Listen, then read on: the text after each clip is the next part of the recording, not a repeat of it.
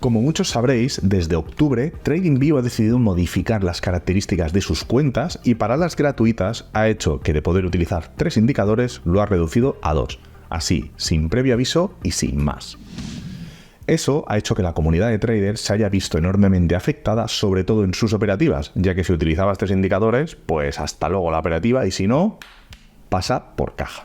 Al igual que hace unas semanas colgué un vídeo en el que mostraba cómo ayudarte con ChatGPT para unir indicadores y poder saltarte esta restricción, hoy vengo con otra solución en la que se incluyen los indicadores más utilizados en la gran mayoría de estrategias de trading, pero con la particularidad que están todos unidos en uno solo. De tal forma que con un único indicador vas a poder hacer auténticas locuras sin tener que romperte la cabeza con que te pasas de los 2 indicadores. Este indicador se llama Do It Yourself Custom Strategy Builder. Es gratuito y puedes añadirlo a tu cuenta, darle favorito y explotarlo todo lo que quieras.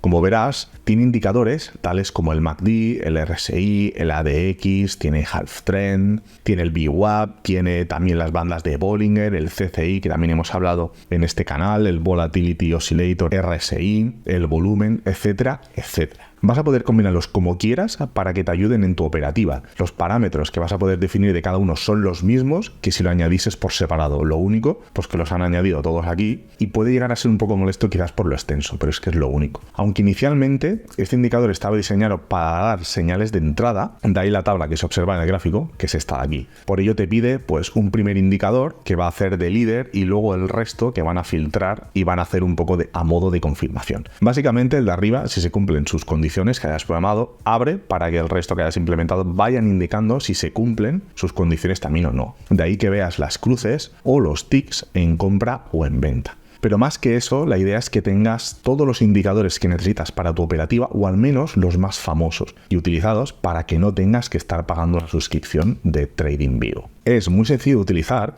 y te puede sacar de más de un apuro, aunque lo más complicado es tener tantas y tantas opciones y ser tan extenso, pero por el resto, 100% recomendado para salir del paso.